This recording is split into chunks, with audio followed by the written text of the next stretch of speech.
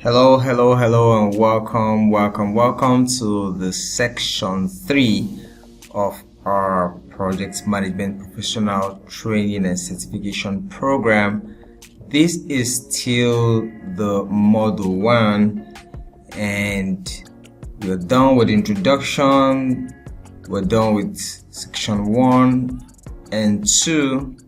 So now we're going into section 3.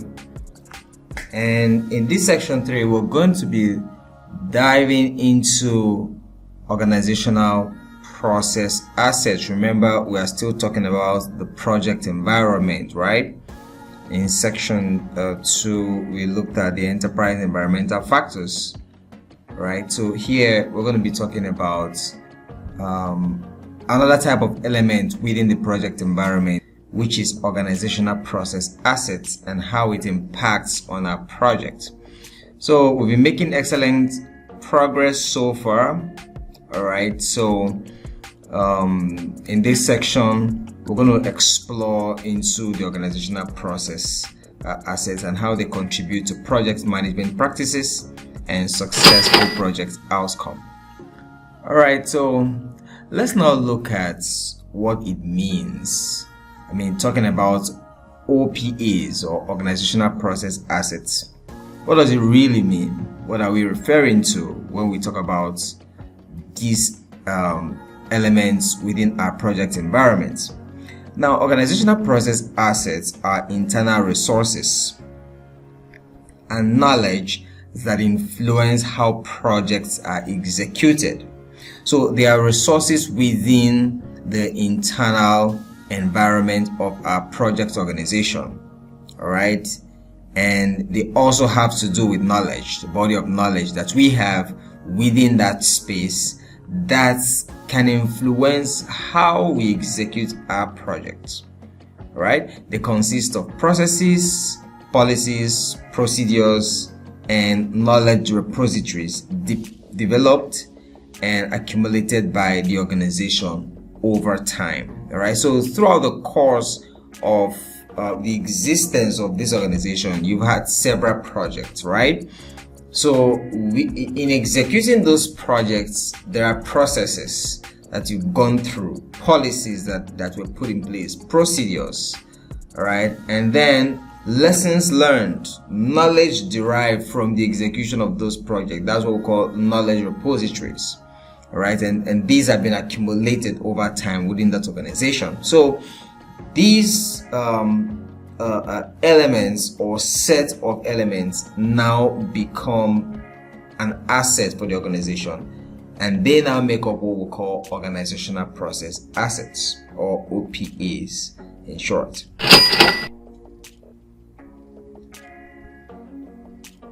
So let's take the first one.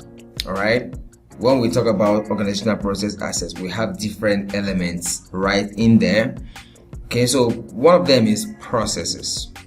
Now, what are processes? These are standardized approaches to performing activities. So you have activities as the blocks within a project, all right, and these activities have approaches towards carrying them out.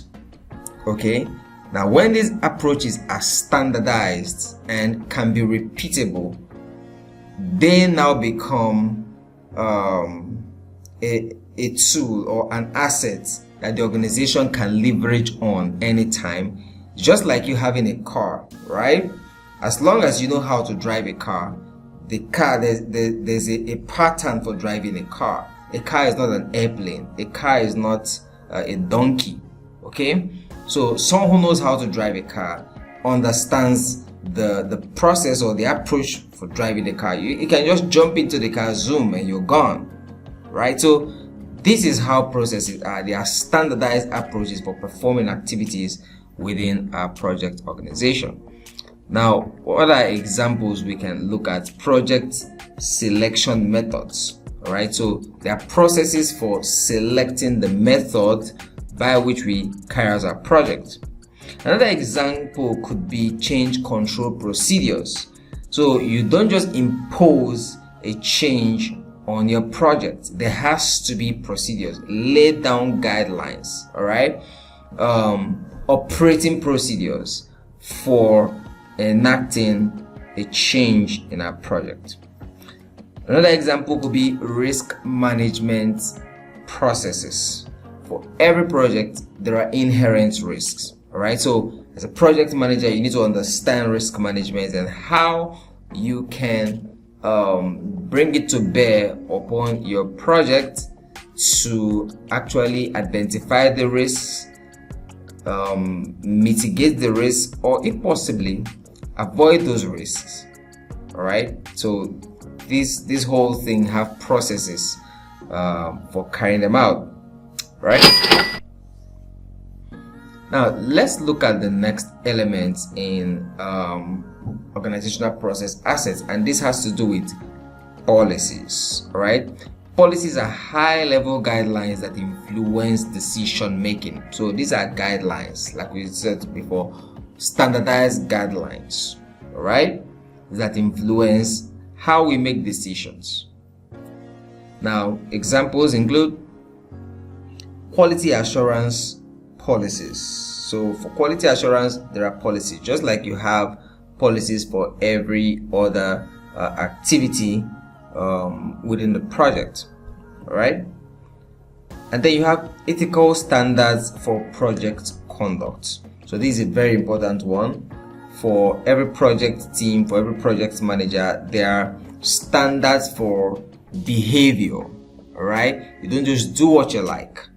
There are laid down rules to guide you in how to behave or how to approach things in a project, all right? So these are called ethical standards for project conduct. All right, another element within the organizational process assets is procedures. Yes, procedures. Now, procedures are step-by-step instructions for performing specific tasks. Step-by-step instructions for performing specific tasks. Now, this makes a project execution very easy, all right? Because during the project planning, you are able to develop procedures, have a step-by-step guideline by which you're going to carry out the specific tasks and activities within the project. All right, examples include procurement procedures. You want to procure materials, raw materials, physical products, even human resources. You want to procure them. There are standard procedures, step-by-step guide for performing those tasks. Communication plan, execution steps. All right, so these are procedures. You already have your communication plan in place. Now, how do you actually use it? How do you communicate? Right, so the execution of that plan is as important as the plan itself. All right, so there has to be a procedure that has been proven to work over time. Okay.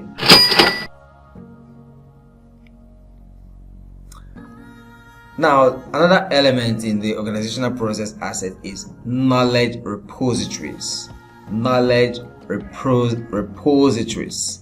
Now, these are centralized repositories of lessons learned, historical project data, and best practices. All right. So repositories are a house, a body of knowledge from lessons learned, historical project data, and these all come together to form a knowledge repository, which can be leveraged upon at any time to find information, confirm information, and move forward with the project.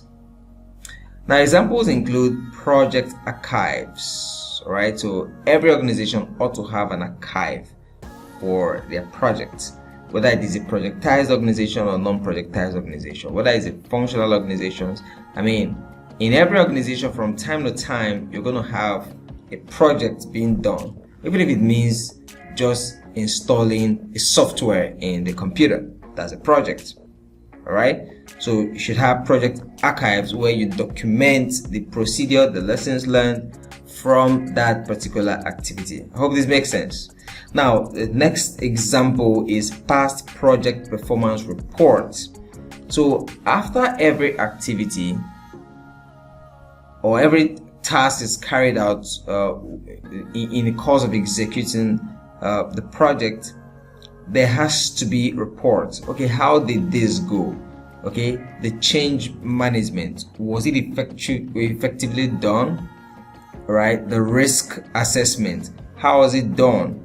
What is the report? Okay, what are the risks inherent in this particular project now? How do we mitigate them? All right, so past project performance reports are also very, very important. Okay, so what are the key takeaways from this section? We'll learn that organizational process assets are internal resources that impact project management. Okay, we also learned that OPAs include procedures, policies. It includes processes, policies, procedures, and knowledge repository. Right, so you can have them in separate forms like that. Now, leveraging on OPAs enhances project efficiency, consistency, and informed decision making. Right, so you want to leverage on OPAs to enhance your project efficiency. Okay, so I want to congratulate you for coming thus far. Not many people get this far before they get distracted, but you've stayed in and you are gaining insights. In this section, you've gained insights into the significance of organizational process assets in project management. Okay, in our next section, we'll be discussing organizational systems and how they influence our project organization. So keep up the excellent work on your project management journey. I'll see you in the next section.